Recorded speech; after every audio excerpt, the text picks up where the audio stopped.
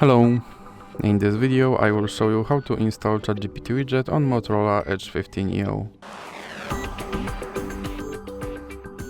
So you have to start by opening your Google Play Store, then click on search bar and type in Wally AI and click search.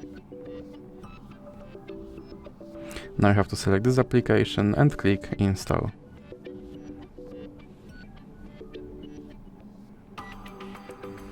Now you can click open, then click got it and click this button to skip introduction. Now click not now and click open permissions. Then select AI assistant and click here to allow this app to display over other apps. Then you can go back and go back again and you can click start. And as you can see, here is my ChatGPT widget, so you can open him and you can tell him to do something.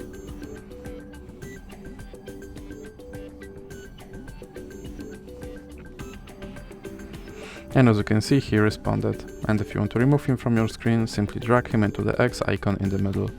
So, that's it for this video. If you liked it, please remember to leave a like and subscribe.